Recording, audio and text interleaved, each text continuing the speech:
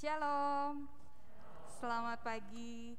Kiranya kita datang ke dalam bait Allah ini dengan ucapan syukur yang meluap-luap, sehingga kita beribadah kepada Tuhan dengan sukacita dan sorak-sorai. Saya undang dengan hormat Pak Daniel untuk membuka ibadah kita dengan doa. Saudara yang dikasihi Tuhan, kita akan masuk ke dalam doa untuk memulai ibadah kita pagi ini. Bapa kami yang di surga, yang kami sembah di dalam nama Tuhan Yesus, kami umat-Mu Tuhan mau merendahkan diri di hadapan-Mu. Biarlah kami mau datang dengan berhiaskan kekudusan, karena tanpa kekudusan kami tidak akan melihat Engkau Tuhan. Roh Kudus, bekerjalah saja di hati-hati kami masing-masing. Urapi hamba-Mu, urapi pelayan-Mu, urapi jemaat-Mu Tuhan, baik yang ada di bait Allah maupun di rumah masing-masing.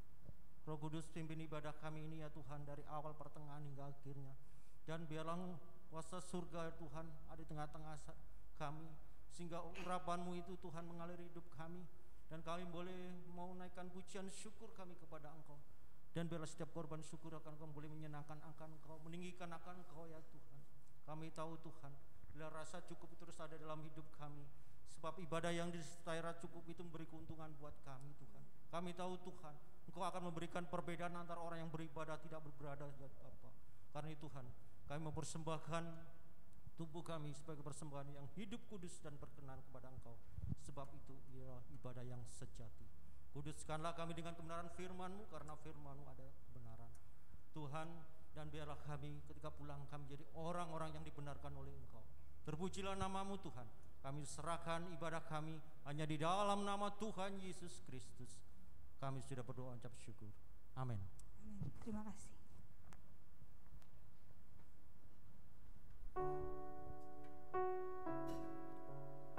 Berfirmanlah Tuhan, akulah pokok anggur dan kamulah ranting-rantingnya. Barang siapa tinggal di dalam aku dan aku di dalam dia, ia berbuah banyak. Sebab di luar aku kamu tidak dapat berbuat apa-apa.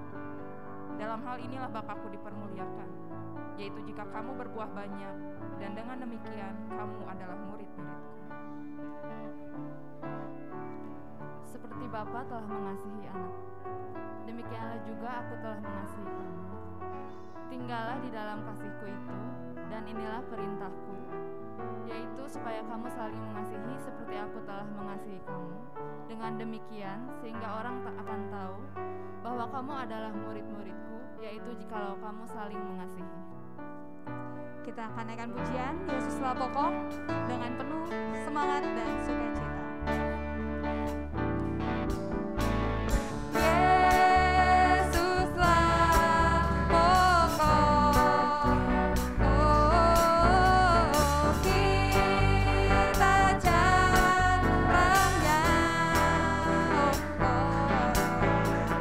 Tinggallah di dalamnya,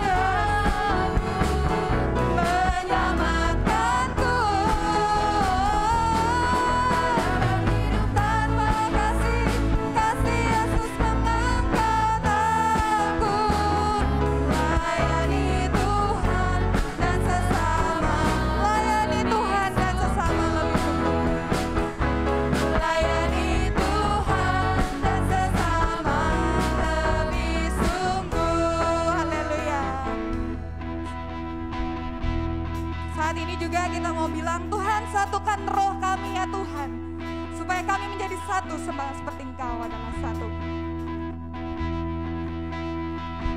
Satukanlah roh kami ya Tuhan, bergandeng tangan kami semuanya dalam hadirat-Mu, kami menyembah-Mu. Curahkanlah Roh-Mu, roh tercurah dari sorga, roh tercurah dari sorga, kami bersukacita. Roh tercurah dari sorga, bangsa-bangsa bersorak. Roh tercurah dari sorga, gereja Tuhan dibangkitkan. Roh tercurah dari sorga, gereja Tuhan dimenangkan. Semua bangsa-bangsa kan mengaku bahwa ya satukanlah roh kami ya Tuhan. Satukanlah roh kami ya Tuhan, amin. Oh, bergandeng tangan kami semuanya dalam hadirat-Mu, dalam hadirat-Mu kami menyembah-Mu. Curahkanlah Roh-Mu, roh tercurah dari sorga dengan sukacita. Roh tercurah dari sorga, kami bersukacita. Dari sorga, bangsa-bangsa bersorak. Roh tercurah dari sorga, gereja Tuhan dibangkitkan. Roh tercurah dari sorga, gereja Tuhan dimenangkan. Semua bangsa-bangsa kan mengaku. Satu kali lagi, roh tercurah dari sorga, tercurah dari sorga, kami bersukacita. Haleluya. Bangsa bersorak, roh tercurah dari sorga, gereja Tuhan dibangkitkan. Haleluya. Roh tercurah dari sorga, gereja Tuhan dimenangkan. Semua bangsa-bangsa kan mengaku bahwa Yesus Tuhan. Katakan dengan iman, semua bangsa-bangsa, semua bangsa-bangsa, semua bangsa, semua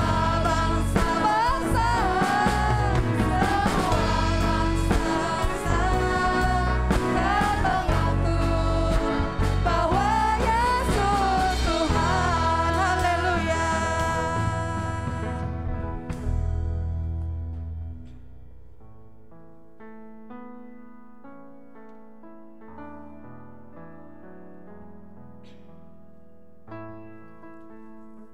Engkaulah Yesus yang membentuk buah pinggangku, menenun aku dalam kandungan ibuku. Matamu melihat selagi aku bakal anak, dan dalam kitab-Mu tertulis hari-hari yang akan dibentuk, sebelum satu pun ada daripadanya. Aku bersyukur kepadamu oleh karena kejadianku dahsyat dan ajaib. Ajaib apa yang Kau buat ya Tuhan, dan jiwaku menyadarinya. Aku mau bertanding dalam pertandingan iman yang benar sampai mencapai garis akhir dan menerima mahkota kehidupan yang dijanjikan Allah kepada barang siapa yang mengasihi Dia. Tuhan, Kaulah penulis hidup kami.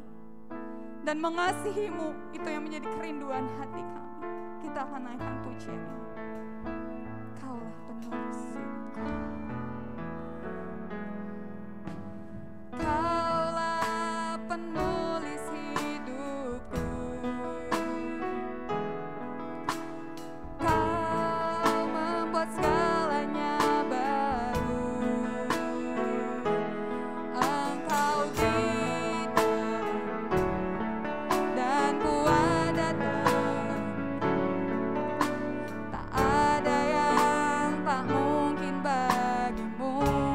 Ku dicipta untukmu. Ku dicipta untukmu. Untuk membawa harum namamu. Engkau di dalam dan ku ada dalam. Kini ku datang mencari wajah-Mu, mengasihi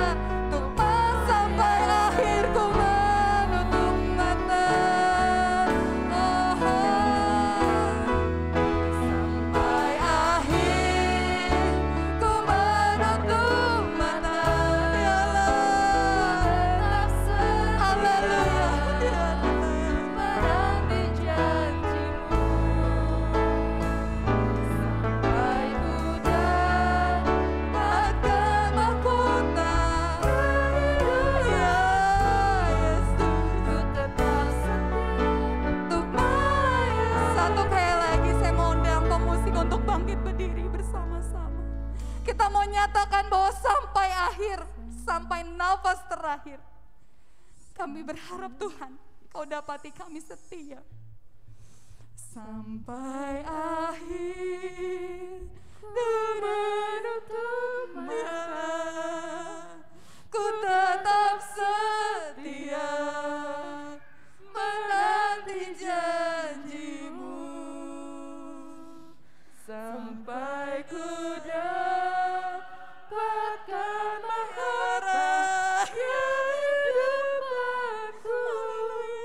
Ku tetap setia untuk melayani sampai ku dapatkan mahkota kehidupan. Sampai ku dapatkan mahkota kehidupanku. Ku tetap setia untuk melayani. Ku tetap setia melayani-Mu. Ku tetap setia untuk melayani-Mu. Haleluya. Tuhan, tidak ada yang tersembunyi bagi-Mu. Hati pikiran kami saat ini Engkau tahu Tuhan. Dan bukan korban yang Kau kehendaki, melainkan telinga yang mau mendengar. Kau berkata kepada Raja Daud Tuhan, bahwa dengar-dengaran lebih baik daripada mempersembahkan korban. Karena itu biarlah saat ini Tuhan, kami mau Tuhan menjadi orang-orang yang rendah hati, mendengar dan mengerti dan melakukan firman-Mu Tuhan. Hingga Tuhan, kalau kami bisa setia sampai hari ini, bukan karena kuat gagah kami, bukan karena perjuangan dan usaha manusia, tetapi karena Tuhan Yesus yang tidak pernah berhenti berdoa untuk kami, sehingga iman kami tidak menjadi gugur. Karena itu Tuhan, seperti Engkau berkata kepada Petrus, jika Engkau sudah insaf, kuatkanlah saudara-saudaramu. Biarlah saat ini pun itu yang menjadi kerinduan kami Tuhan. Kalau kami sudah diinsafkan oleh kebenaran firman-Mu, diinsafkan akan dosa, kebenaran dan penghakiman, maka waktunya lah untuk kami menguatkan saudara-saudara kami. Karena itu Tuhan Yesus, kami percaya Allah ada di tempat ini. Allah ingin memberi upah bagi kami yang sungguh-sungguh mencari-Mu. Terima kasih Bapak, bekerjalah di hati kami tahu bahwa firman Tuhan tidak pernah kembali sia-sia.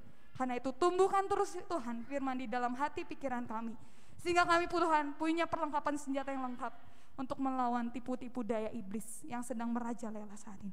Terima kasih Bapak, kami bisa rasakan sukacita-Mu, kami bisa rasakan kekuatan dan hadirat dalam bait-Mu yang kudus ini. Kami berdoa untuk pembawa firman Tuhan, biar Engkau yang pakai lidah mulutnya Tuhan sebagai perantara untuk kami saat ini. Terima kasih, di dalam nama Tuhan Yesus Kristus, sama-sama kita yang percaya katakan amin, haleluya. Kita naikkan satu kali lagi, saya serahkan kepada Ibu Pendeta Inge, Dimei yang akan membawa firman. Sampai akhir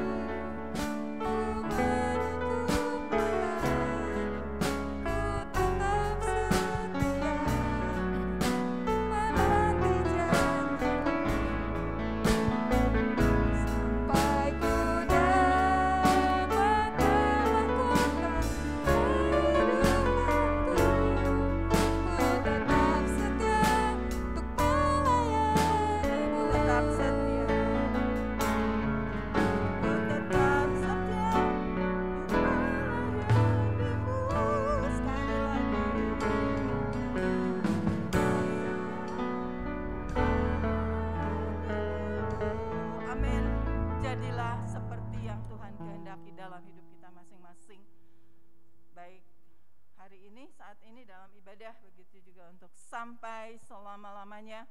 Izinkan Allah berkarya dengan leluasa di dalam hidup kita masing-masing. Yakini Allah sanggup menghidupkan kembali tulang-tulang kering yang berserakan, yang tidak mungkin dipersatukan lagi. Yakini bahwa padang gurun, padang tandus bisa berubah. Tuhan ubahkan menjadi mata air yang membual-bual dan taman yang indah serta kebun buah-buahan. Yakini itu. Haleluya. Selamat berjumpa kembali dalam ibadah. Hari ini kita masih melanjutkan Yudas. Kita sudah sampai di ayat 11. Saya bacakan ayat 11a. Judulnya Pengikut Jalan Kain. Untuk pengetahuan, mendapat pengetahuan atau mengingatkan kembali Dan di samping itu, entah Tuhan mau berbicara apa kepada kita masing-masing pada saat pemberitaan firman Tuhan hari ini. Yudas 11a, celakalah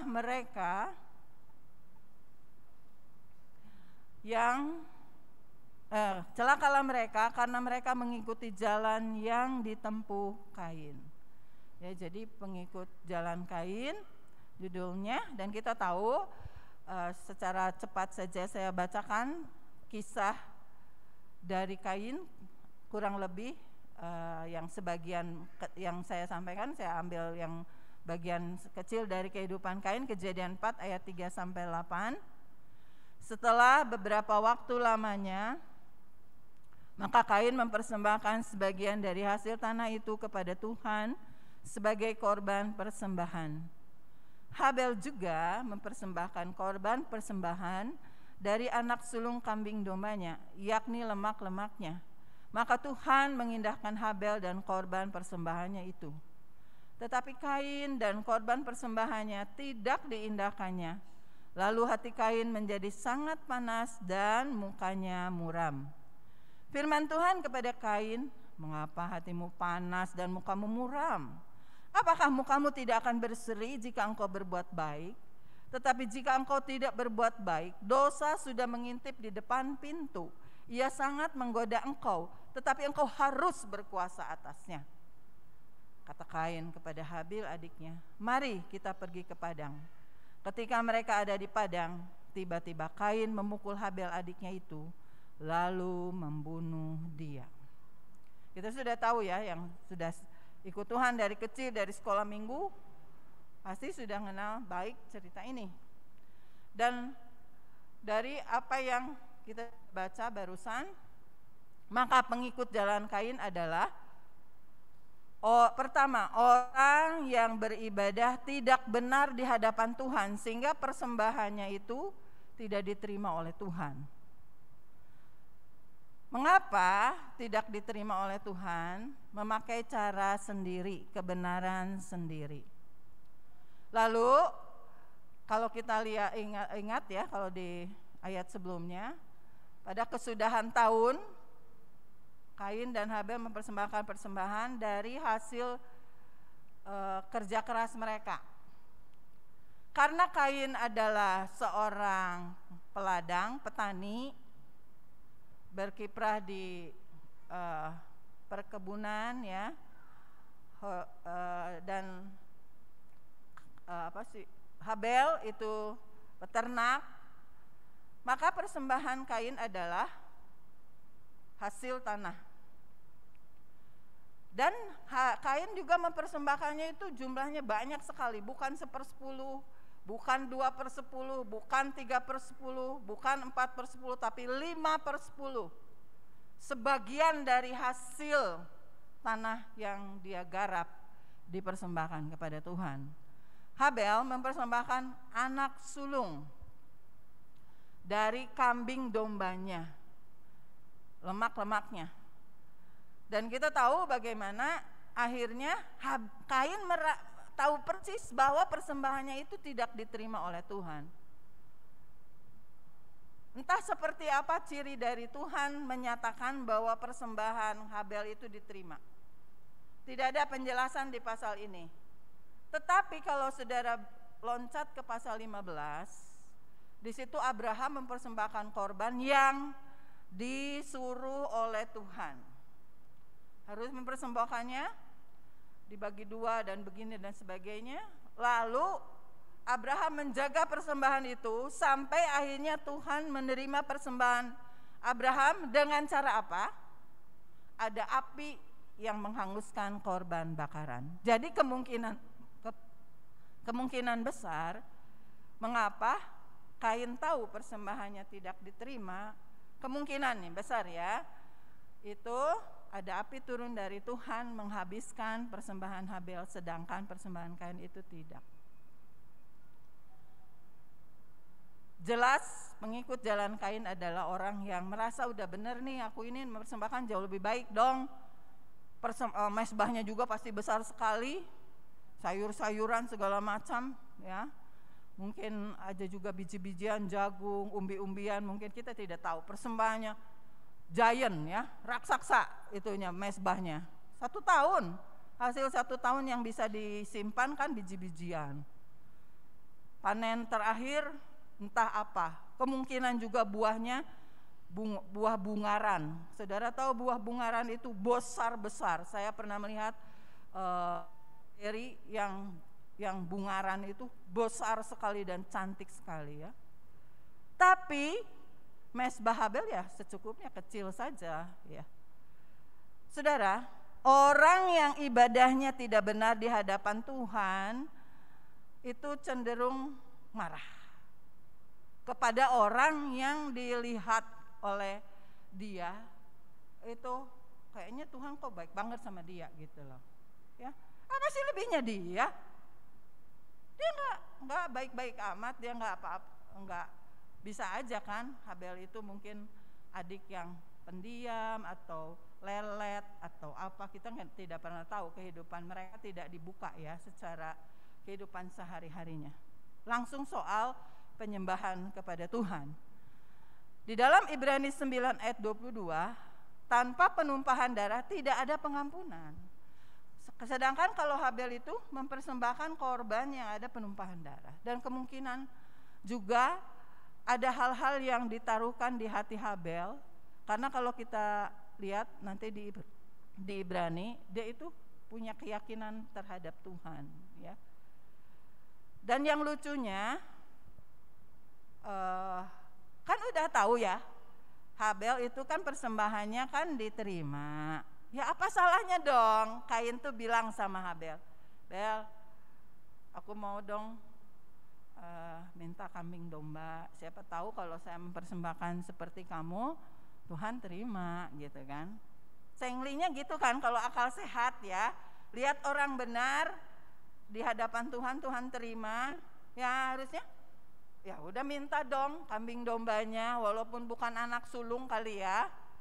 Jadi harusnya kan seperti itu. Udah lihat ini yang benar, kenapa juga sih nggak dicoba gitu. Tapi kenyataannya tidak. Kain dan persembahannya tidak diindahkan Tuhan, lalu hati Kain menjadi sangat panas. Ya. Jadi marah besar dan mukanya muram. Saya catat di situ, ketika tahu ibadahnya tidak diterima Tuhan, tetap tidak mau mengikuti ibadah yang jelas-jelas diterima oleh Tuhan. Tanpa iman tidak berkenan kepada Tuhan. Barang siapa yang menghampiri Allah harus percaya Allah ada, dan dia memberi upah kepada orang-orang yang percaya kepadanya. Habel jelas mempunyai iman ya, di Ibrani pasal 11 ayat 4. Dengan iman dia mempersembahkan korban sehingga Tuhan berkenan akan persembahannya. Tapi yang luar biasa saudara, walaupun hati Kain menjadi sangat panas dan mukanya muram, jelas kan ini marahnya itu kepada Habel dan juga kepada Tuhan pastinya. Atau saya tidak tahu hati dia itu seperti apa ya, cuma Habel doang, sirik, atau memang juga sama Tuhan. Alkitab tidak menceritakan, tapi kemungkinan kedua-duanya.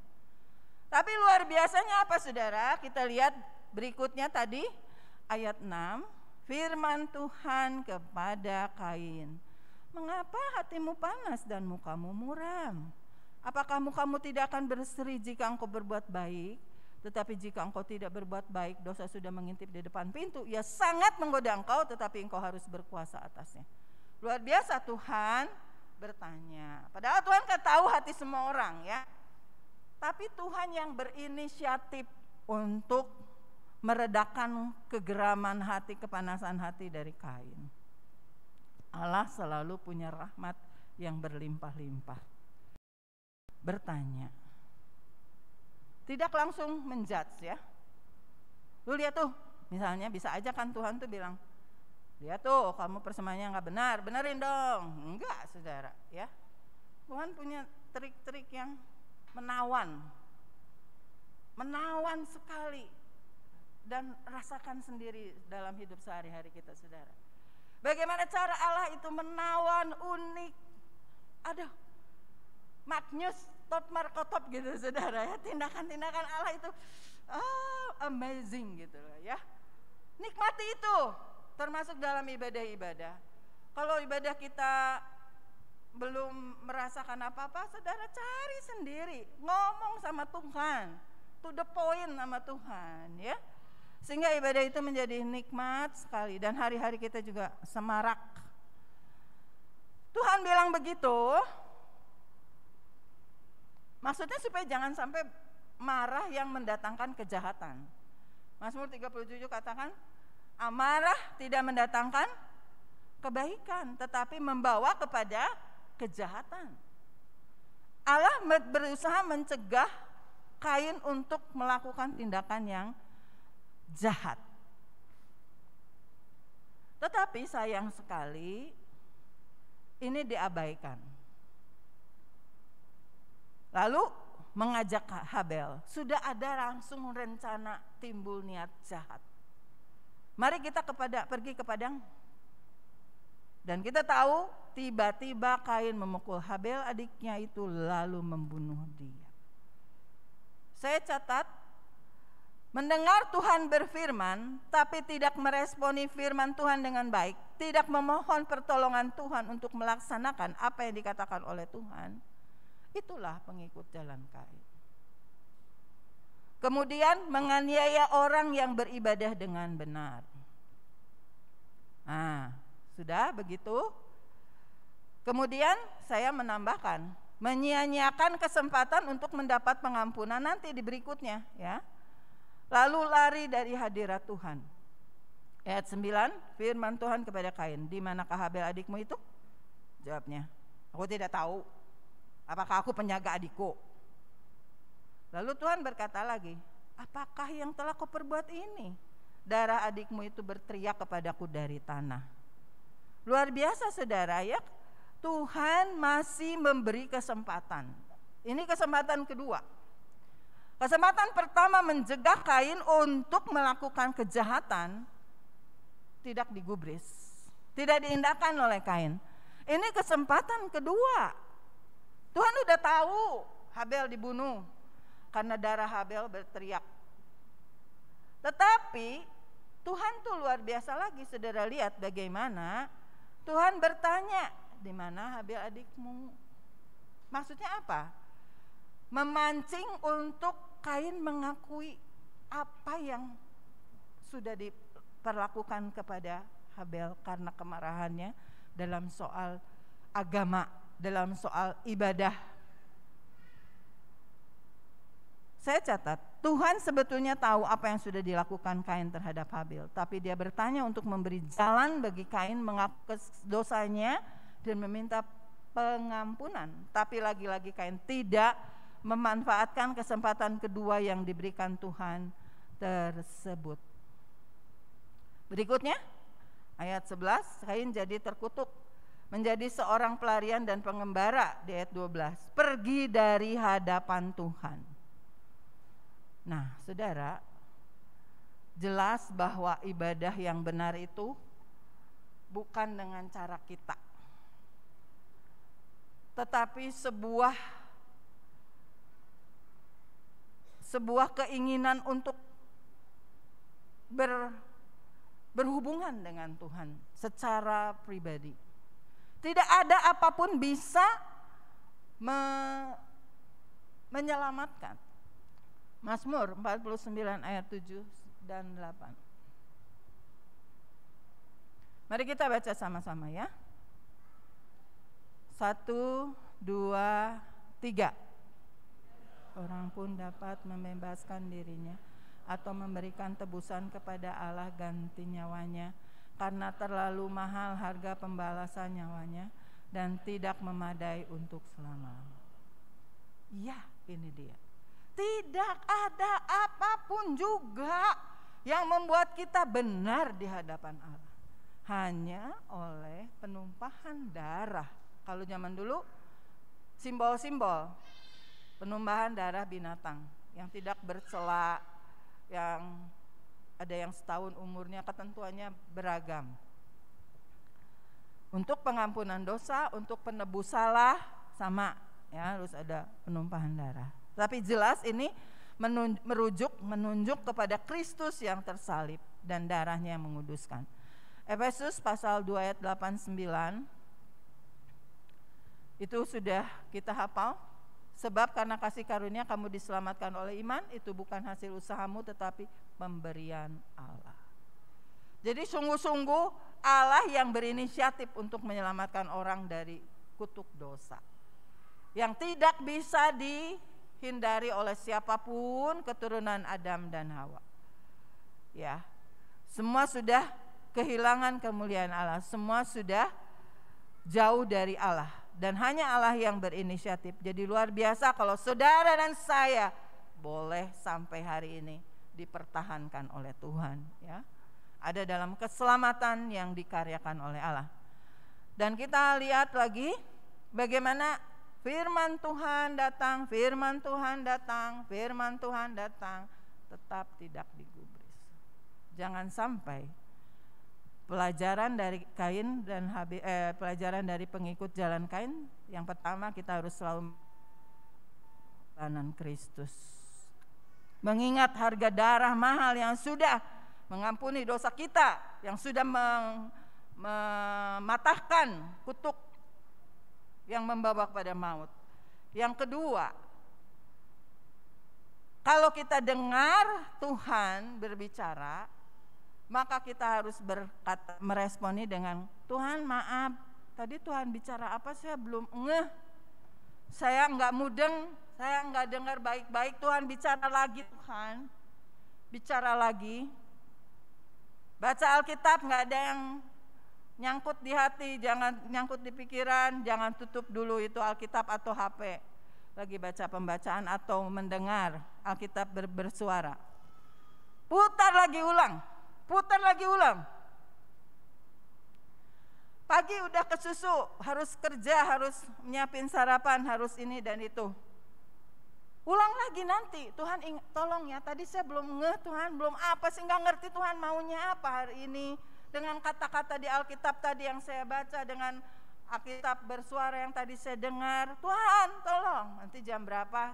Tuhan tolong ya, saya suka lupa, saya suka kebablasan. Tolong ya Tuhan, biasa ingat baca ulang supaya saya menyerap apa yang Tuhan katakan sama saya. Nanti secara ajaib, saudara nggak ingat, kadang lupa. Banyak pekerjaan, tugas, deadline, urusan, harus transfer ini dan itu, harus bereskan ini. Tapi luar biasa, ketika saudara meminta, Tuhan memberikan. Mengapa kita tidak mendapat apa-apa? Karena kita tidak minta. Kita pikir kita bisa, kita sudah pengalaman dalam hidup. Minta dan kamu akan menerima. Lalu pelajaran bagi kita, Tuhan berbicara kepada Kain untuk menghindarkan Kain dari kejahatan, untuk memadamkan panas api on fire dalam emosi yang tidak baik, untuk on fire dalam roh dan kebenaran. Jadi tiap hari Tuhan mau kerjakan itu dalam diri saudara. Jangan katakan saya tidak layak untuk dengar firman Tuhan. Sangat tidak benar. Jangan dengar hoak dari iblis yang mengatakan kamu mah nggak akan bisa dengar suara Tuhan. Kamu nggak akan bisa dengar, yang bisa dengar mah Ibu Inga aja. Atau siapa aja deh. Kamu mah nggak bisa dengar. Nah, lihat Kain saja yang berniat panas hati, marah. Tuhan bicara. Saudara bisa dengar suara Tuhan. Benar, harus yakin. Tapi kok Bu Inga saya bingung kan. Yang bicara sama Tuhan langsung. Katakan sama Tuhan, ya kok belum bisa dengar suara Tuhan tuh kayak gimana. Jelas hampir tidak selalu dari telinga jasmani ya. Itu kadang munculnya di pikiran kita. Kadang terasanya di dada tapi sebetulnya di pikiran. Jadi jangan pernah berkata lagi saya tidak bisa dengar suara. Saya tidak pernah, Tuhan tidak pernah bicara sama saya.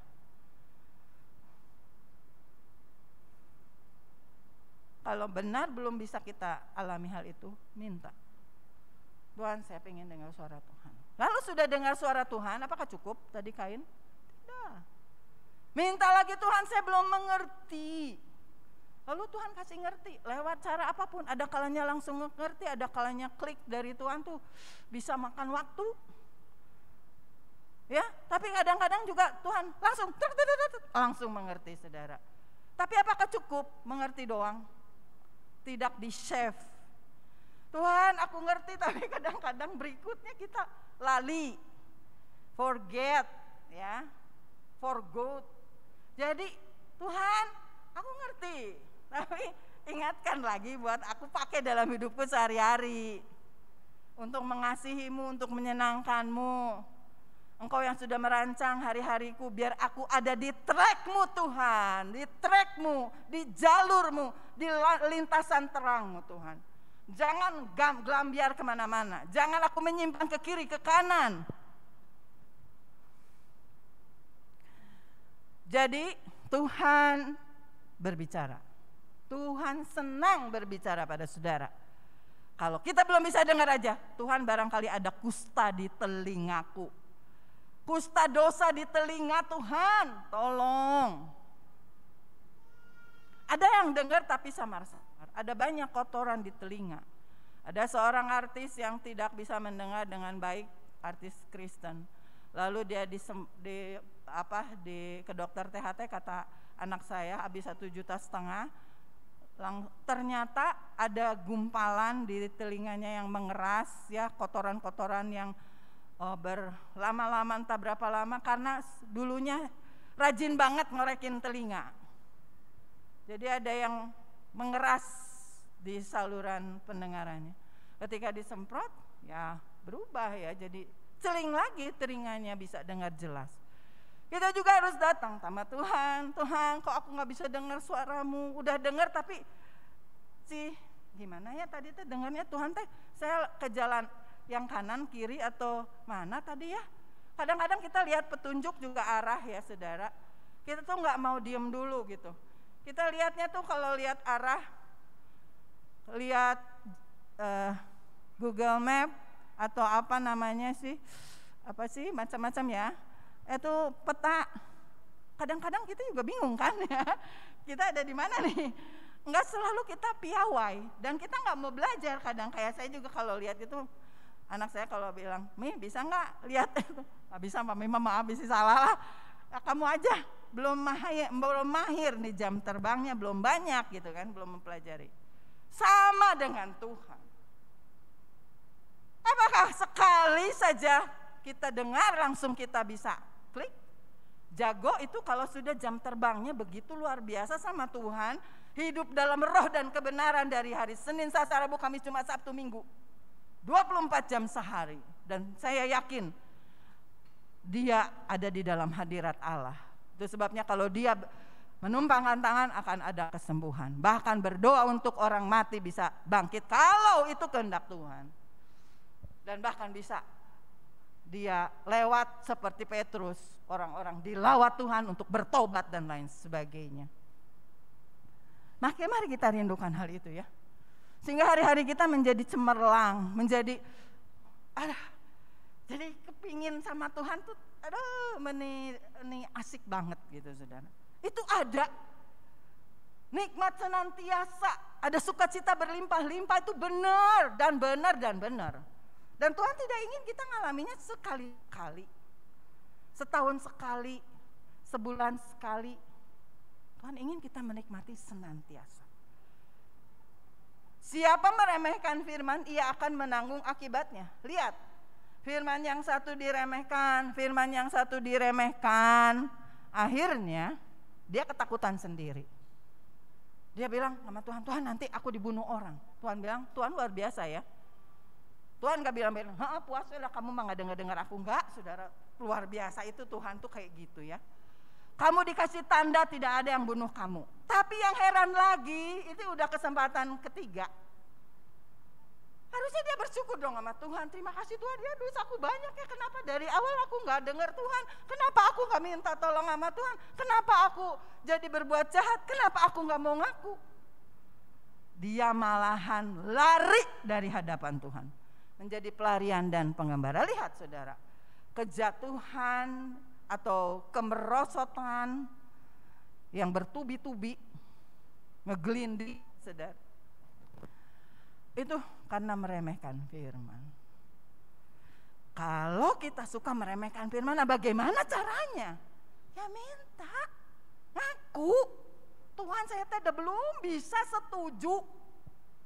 Masa saya capek-capek 1/10 punya Tuhan? Ayo negara berapa persen negara? Bang, berapa persen? Saudara yang naruh di bank, isi penghasilan buat bank, tapi saudara sendiri dipajak kan, saudara. Memang ada sekarang yang free gitu kan. Itu saudara harus tahu ceritanya. Jadi walaupun pengkhotbah yang aneh-aneh di YouTube, di Instagram atau dengar sendiri orang datang ke rumah saudara, saudara tahu patokannya. Dan itu mah dari awal suku Lewi nggak dapat tanah pusaka. Lalu ini. Yesus juga bilang di Matius 23:24, aku punya pegangan, bukan kata orang. Hari Sabat harus dikuduskan. Kata ini juga hari Sabat gini. Udahlah, kita harus mengatakan tiap hari adalah harinya Tuhan. Jadi kita harus paling keras garisnya. Tiap hari harinya Tuhan. Tiap hari aku mau beribadah, mempersembahkan tubuhku kepada Tuhan. Bukan kepada keinginan mataku, bukan kepada keinginan dagingku, bukan untuk keangkuhan hidup. Supaya aku keren, supaya aku sanjung, supaya aku dapat kenaikan pangkat, supaya aku dapat door prize, supaya aku dapat piala, supaya aku dapat ini dan itu. No, aku mau persembahkan buat Tuhan, semua buat Tuhan. Ya, Rasul Paulus berkata bahwa kasih karunia dari Tuhan yang luar biasa kepada kita, kepada semua orang di bumi ini bisa menjadi sia-sia. 1 Korintus bukan 16 itu ya, 15 ayat 10. Tetapi karena kasih karunia Allah, aku adalah sebagaimana aku ada sekarang, dan kasih karunia yang dianugerahkannya kepadaku tidak sia-sia. Sebaliknya aku telah bekerja lebih keras daripada mereka semua. Tetapi bukannya aku, melainkan kasih karunia Allah yang menyertai aku. 2 Korintus 6 ayat 1. Supaya kamu jangan membuat sia-sia kasih karunia Allah yang telah kamu terima. Lihatlah saudara, kasih karunia rahmat Tuhan diberikan bagi Kain. Enggak mempan, terbuang percuma. Datang lagi kesempatan berikut, kasih karunia Allah bisa bicara, Allah mau bicara. Tersia-siakan lagi, enggak diterima. Karena apa? Enggak buka hati, enggak menepuk dada seperti pemungut cukai. Lalu sekarang bagaimana sih Ibu Inge? Mari kita akan membaca dari Ibrani pasal 4 ayat 15-16. Mari sama-sama kita baca. 1, 2, 3. Sebab imam besar yang kita punya bukanlah imam besar yang tidak dapat turut merasakan kelemahan-kelemahan kita. Sebaliknya sama dengan kita, ia telah dicobai, hanya tidak berbuat dosa. Sebab itu marilah kita dengan penuh keberanian menghampiri tahta kasih karunia, supaya kita menerima rahmat dan menemukan kasih karunia untuk mendapat pertolongan kita pada waktunya. Haleluya. Jangan takut untuk menghampiri Tuhan. Iblis yang menipu saudara, loba dosa kernaon berdoa. Gitu-gitu wae kernaon melayani doi. Buat apa? Belum berubah-ubah dari zaman dulu sampai sekarang. Buat apa? Kamu melayani ini itu. Hoax saudara. Ya, itu dari iblis, tipu daya. Dan kita hanya mau dengar Tuhan berbicara. Tuhan bicaralah Tuhan, apa ya? Itu sebabnya kenapa terus menerus pengkhotbah berkata cintai firman Tuhan. Cintai. Gimana mau cinta? Enggak kenal, enggak sering lihat, enggak sering berkunjung kepada situs terhebat di dunia, yaitu perkataan-perkataan firman Tuhan. Yuk kita dengan penuh keberanian selalu datang kepada Tuhan. Datang, dan datang. Tuhan, aku mah belum bisa, aku mah belum mau. Bikin aku mau, Tuhan. Ya itu harus gini, harus gitu, harus gini, harus gitu. Kita nggak mau semuanya. Bikin aku mau. Berdasar firman Tuhan. Banyak yang kacau dalam pikiranku. Siapa bisa meneduhkan? Datang sama Tuhan. Saudara yang sudah punya calon teman hidup, pusing biaya pernikahan. Kenapa harus pusing? Bukan kita yang mengejar budget yang disesuaikan untuk kita. Itu. Kalau kita kejar budget ini harus ini, pernikahan harus gini, lamaran harus gini, nanti rumah harus gini, saudara akan terkapar sebelum bisa bahagia. Sama ibu bapak juga, anak harus sekolah di sini, ada teman-teman semua di situ, itu paling bagus, melahirkan harus di sini, dan itu yang paling bagus kata temannya. Siapa bilang, ya? Ada seorang saudara saya melahirkan di tempat paling keren di zamannya. Matanya merah waktu melahirkan. Merah banget sampai berbulan-bulan. Ada yang teman saya juga melahirkan di tempat paling hebat se-Bandung. Paling mahal se-Bandung. Ada aja yang kurang, saudara. Di dunia. Ya. Bukan kita yang mencapai target anggaran-anggaran. Anggaran yang disesuaikan. Cukupkan dirimu dengan gajimu. Bertanya kepada banyak penasehat. Kamu sekarang saya suka lihat-lihat di Lazada, di Shopee. Baju pengantin ada yang 200.000. Beneran. Mungkin sih nggak elok ya. Tapi 200.000 ada, saudara. Kalau mau sederhana, kongkow-kongkow sama orang-orang di gereja. Gimana nih? Kayaknya kami pengen menikah, sudah berapa lama perhubungan, kayaknya cocok. Jangan nentuin dulu tanggal, orang-orang muda. Datang dulu ke Pak Jo, ke siapa, ke saya juga, ke Bapak Ibu Gembala atau ke Ibu Debbie, Bu Fani, Bu Rifong, atau teman-teman tanya gimana ini, anak saya gini. Saudara sekarang mah bisa sangat sederhananya diberkati di gereja, pakai baju tong 200.000 tuing lah, 2 juta jasna, 1,5 juta laki-laki yang ininya. Nggak usah ada bridesmaids-nya, nggak usah.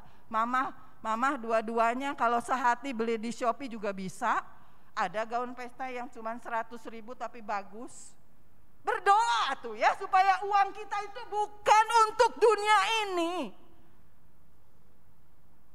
Tapi uang kita tanya pada Tuhan, Tuhan, sesudah 1/10 aku kembalikan kepadamu. Jangan sampai aku nyesel.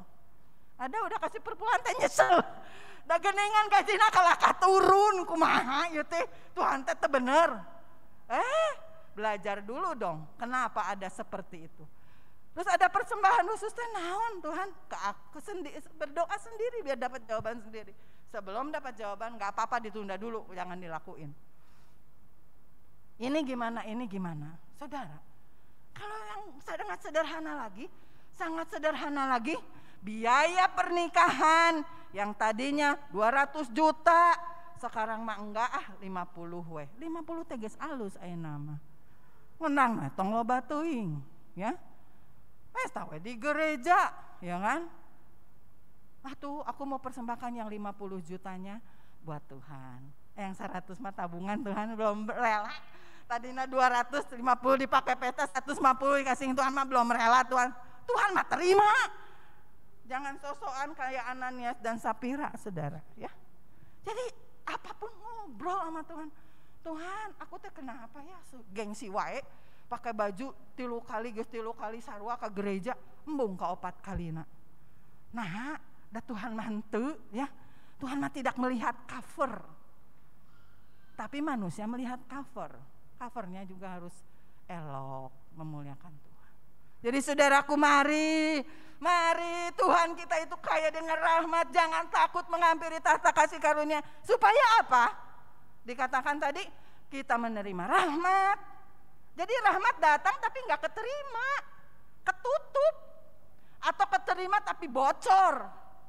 Bocor nih pikiran dan hati dan hidup kita itu bocor karena kepentingan duniawi. Lalu menemukan kasih karunia.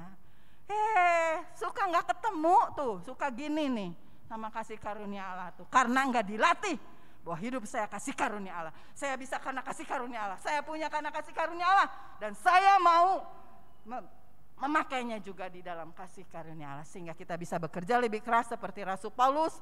Bisa bekerja keras lebih dari orang lain dalam melakukan kehendak Tuhan. Tetapi Rasul Paulus berkata, bukan aku, tetapi kasih karunia yang bekerja di dalam aku. Dia yang bekerja. Luar biasa. Tuhan memberkati kita sekalian. Biarlah kita, satu, Tuhan kaya dengan rahmat. Dua, darah Yesus sudah tertumpah, kita mau hargai. Ketiga, kalau Tuhan itu bisa berbicara pada saudara. Sudah berbicara mungkin untuk sekian kalinya. Ayam bukan berkokok cuman 2 kali. Tapi mungkin sudah berapa puluh kali ayam berkokok. Tapi kita masih menyangkal Yesus seperti Petrus. Bahkan lebih buruk dari Petrus. Kita abaikan keinginan-keinginan Tuhan yang ditaruh di dalam batin kita, di dalam pikiran. Tapi ada saatnya hari ini kita mau menghampiri Tuhan, jangan takut. Justru kita banyak dosa, justru kita banyak kelemahan, justru kita banyak pelanggaran, kita perlu Tuhan. Dan Tuhan tidak pernah menolak orang yang datang kepada. Kita akan datang kepada Tuhan. Nyanyikan lagu yang sudah disiapkan.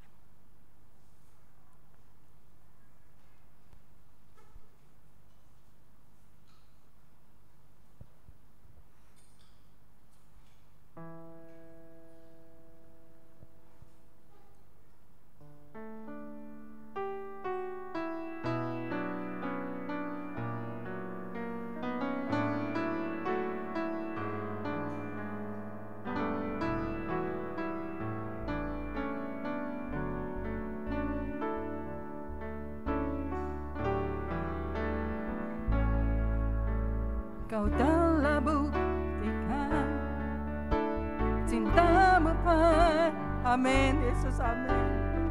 Bayar dengan hidupmu, ku bersyukur. Yang ada padaku semuanya milikku, ku persembahkan hidupku. Kau telah buktikan, kau telah, amin Yesus.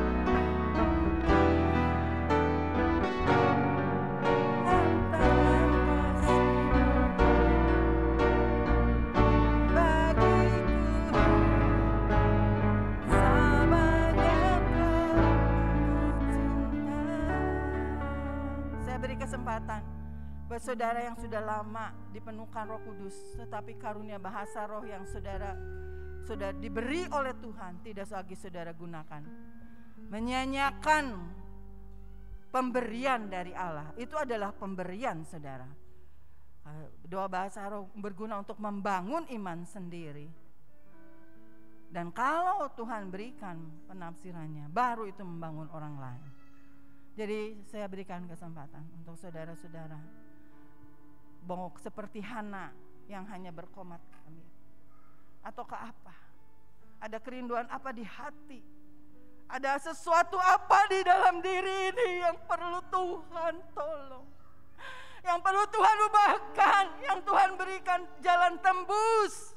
Karena ada jalan buntu, karena ada kegersangan di dalam ibadah, karena ada apa saudara di dalam hidup sehari-hari. Mari kita datang. Kita akan bersama-sama bermazmur untuk lagu ini, refnya saja, lalu kita boleh terserah saudara mau bicara apa dalam karunia yang diberikan bagi saudara. Salah satunya karunia bahasa roh. Saudara yang belum dipenuhkan Roh Kudus, Tuhan sangat ingin memenuhkan saudara dengan rohnya. Yakin, percaya Tuhan mau menolong saudara untuk hidup benar tiap-tiap hari. Kita naikkan refnya saja dengan bermazmur.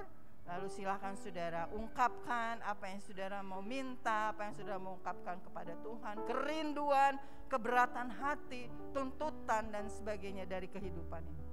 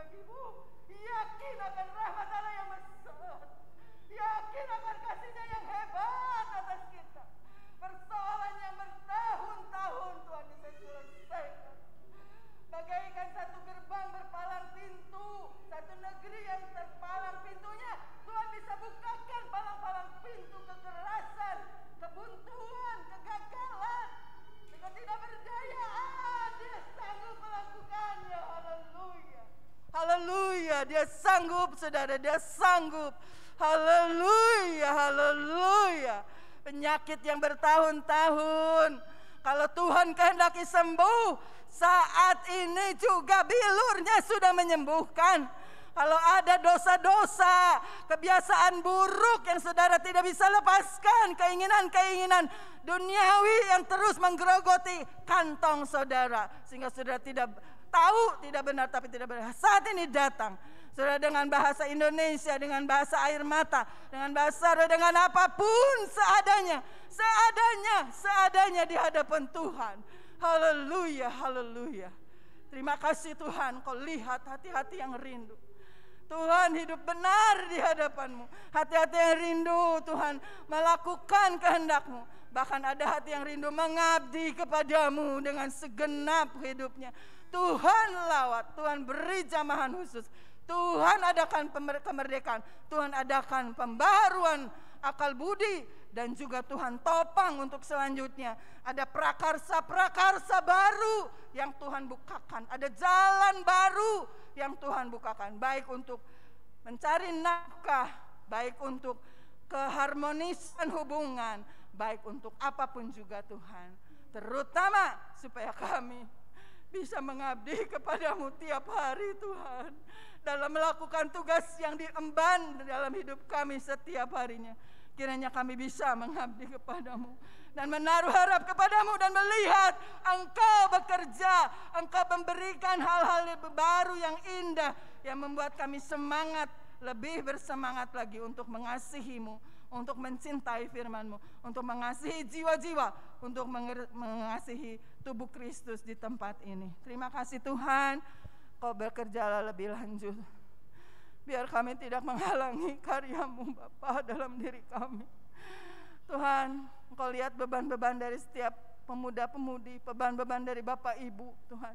Anak remaja yang hadir saat ini, Kau tahu beban-beban dalam diri mereka. Dan mereka taruh di hadapan, sudah percaya Engkaulah pengharapan untuk segalanya. Buat negeri kami Indonesia, buat Tuhan gereja-gereja, buat kota kami Bandung. Tuhan, kami serahkan dalam kasih karunia-Mu. Terima kasih, sebentar umat-Mu akan bersyukur dengan persembahan yang bisa mereka persembahkan. Kiranya Tuhan semuanya menyenangkan hati-Mu. Di dalam nama Tuhan Yesus Kristus. Amin. Mari kita siapkan rasa syukur kita dengan persembahan yang ada. Kita naikkan apa padaku.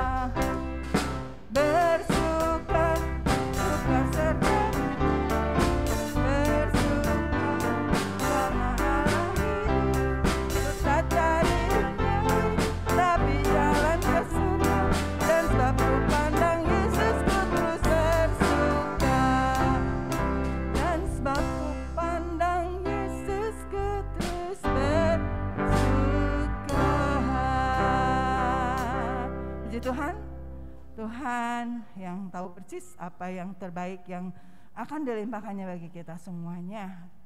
Terima kasih.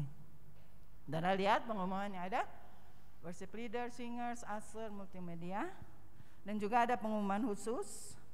Akan ada baptisan air bagi saudara yang belum dibaptis air. Remaja boleh ikut yang sudah tahu firman, rindu ya, hidup berkenan kepada Tuhan. Dan ini juga penting.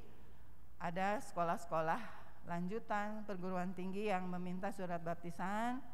Nanti juga kalau mau nikah untuk syaratnya salah satu juga ada surat baptisan dari gereja yang resmi. Juga nanti ada banyak lah ya yang bisa menolong dalam kebutuhan-kebutuhan berbagai hal. Jadi silakan yang rindu dibaptis atau yang pengen tapi ragu-ragu, tapi hubungi saja ya, daftarkan diri saudara kepada Pak Jo atau siapa? Pak Jo dulu ya, Pak Jo ya.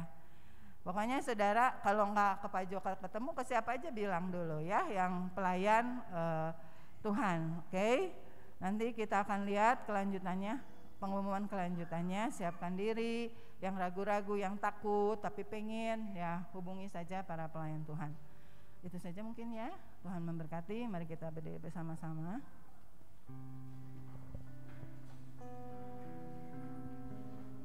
Terpujilah Engkau Tuhan. Biar apa yang kami tahu, biar apa yang kami dengar, kami dapat merasakannya sendiri. Pengalaman hidup bersama Engkau yang kaya dengan rahmat, yang cinta-Mu hebat Tuhan. Dan Roh Kudus, Roh yang menghibur, roh yang mengajar, roh yang mengajarkan segala sesuatu, bahkan roh yang akan terus menceritakan tentang Kristus Yesus sehingga kami semakin merasakan indahnya Yesus buat kami. Dan Roh Kudus yang akan memberi kekuatan, yang akan menuntun ke dalam seluruh kebenaran. Bahkan Roh Kudus yang bisa menyatakan apa yang akan datang. Bahkan Roh Kudus yang bisa membuat kita punya hikmat yang luar biasa. Kiranya akan menyertai kita mulai sekarang sampai selama-lamanya. Di dalam nama Tuhan Yesus Kristus, rencana baptisan air juga Tuhan tolong, Tuhan berkati, Tuhan campur tangan. Di dalam nama Tuhan Yesus Kristus. Sama-sama kita katakan, amin. Tuhan memberkati.